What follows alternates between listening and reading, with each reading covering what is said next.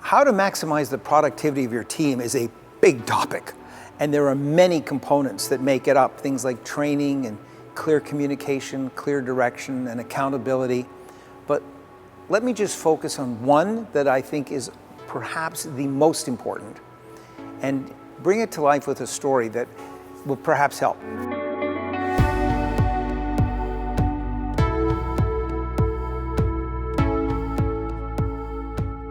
I once had a very senior person running a large training function. And at the beginning of the year, I said, okay, you need to create the budget, you need to meet with the VPs, you need to meet with the presidents of the various divisions, you need to go build a team, hire the folks, make sure that the training delivers the promised outcome, track the outcomes. Yep, got it. And he did a great job.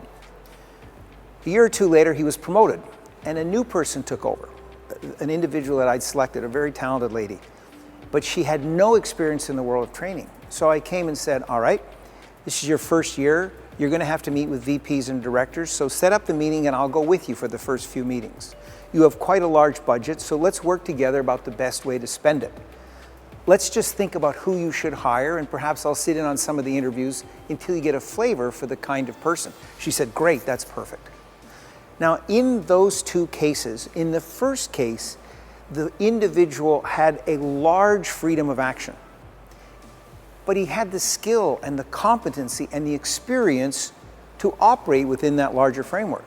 In the second case, the lady was brand new in the job, and if I had given her the same degree of freedom that I gave the first individual who was subsequently promoted, she would have gone, I can't do that. I have no idea how to do that.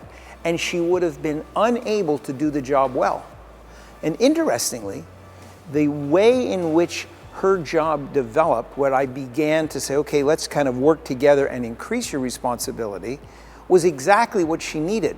But that behavior, if I had provided that to the first person, he would have said, Phil, I can do this. I don't need you to go be there and help me along that journey. And he would have disengaged. So if I had given him too small a framework, he would have disengaged. And if I'd given her too large a framework, she would have kind of been completely ineffective. So I think one of the ways to maximize the potential of the workforce and the people that we lead is to make sure we create the appropriate size freedom of action to match their experience and competency.